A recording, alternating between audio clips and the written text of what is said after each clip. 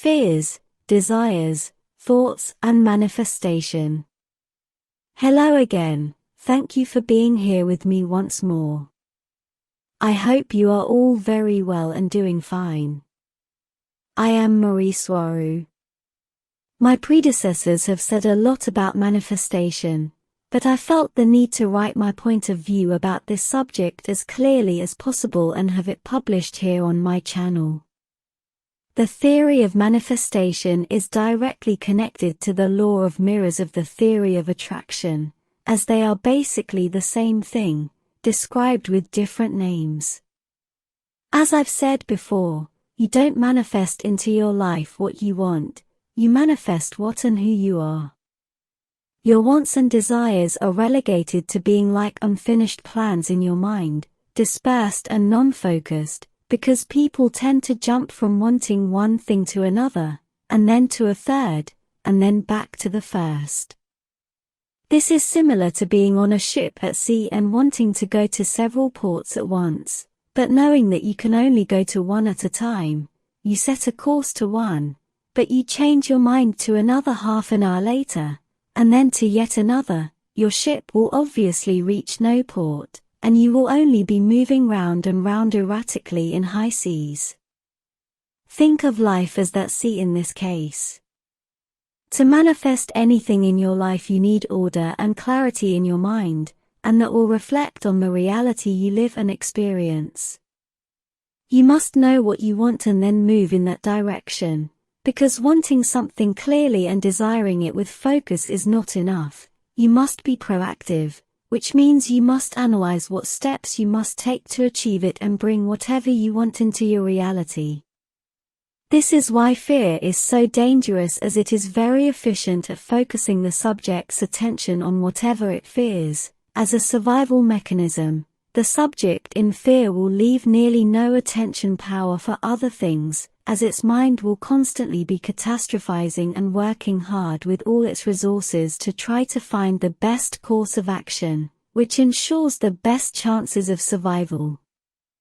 More often than not, the individual will not have all the facts and all the data about whatever he or she fears, so the subject's mind will tend to fill in the missing parts with theories and suppositions with little to no connection to real facts. And this is called catastrophizing thinking.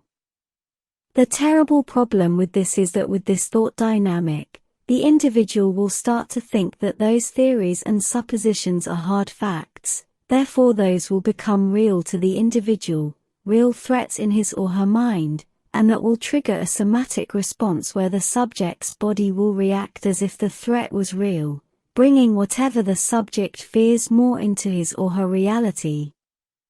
If the individual makes catastrophizing thinking a habit, then the body will also act accordingly, and that means the person could develop high blood pressure and similar problems associated with somatizing thoughts and fears.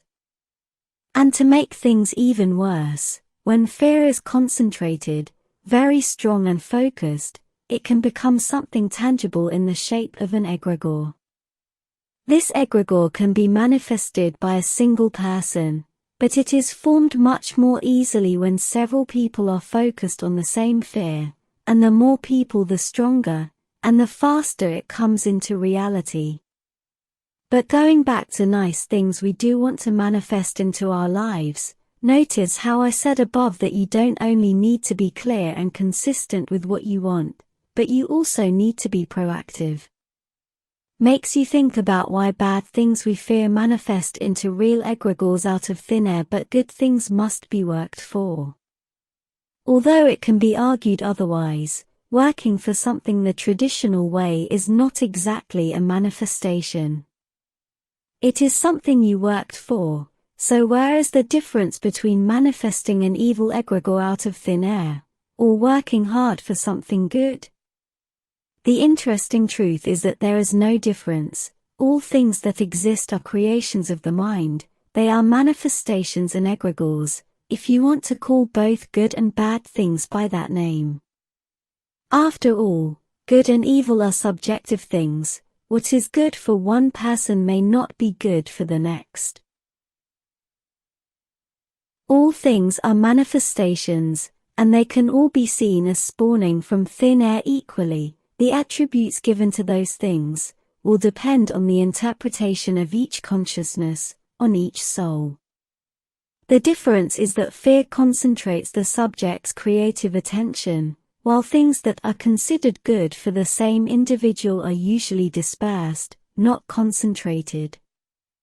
And this is because people have been conditioned since they were very little to believe that good things only come after hard work, so that is how reality will work for them.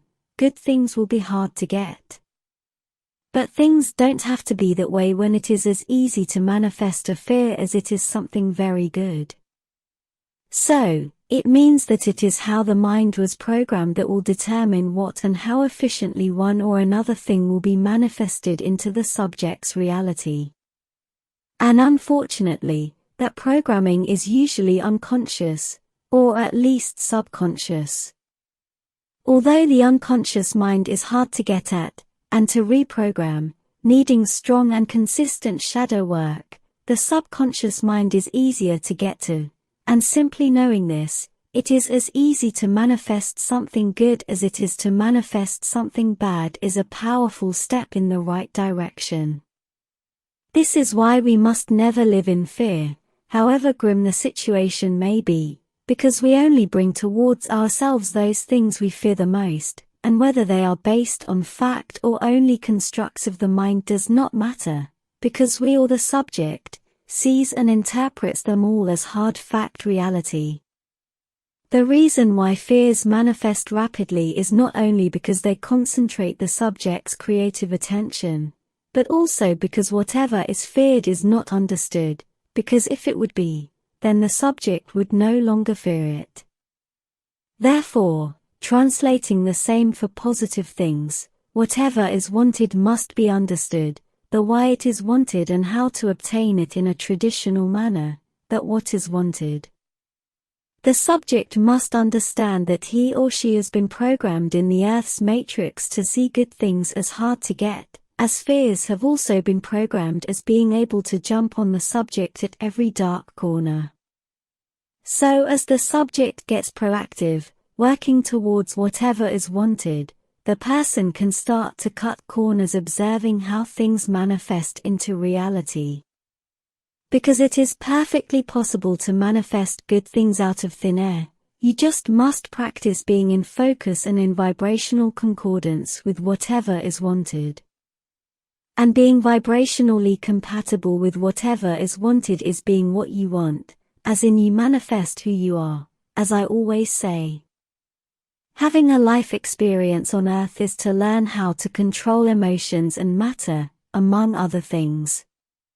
For souls to be able to grow into being someone that automatically brings good things into their lives, while also learning to control all those derailing low emotional states, and all those exaggerated good ones as well, that only bounce back into the lower ones, as happens so often in bipolar conditions. Manifesting good things is as easy as manifesting bad ones, you choose. Take good care out there, dear nice people, and manifest good things for yourselves and for your loved ones. Thank you for watching my video, and for liking and subscribing for more. I appreciate it a lot. And I hope to see you here next time. With much love. Your friend, Mari Swaruu.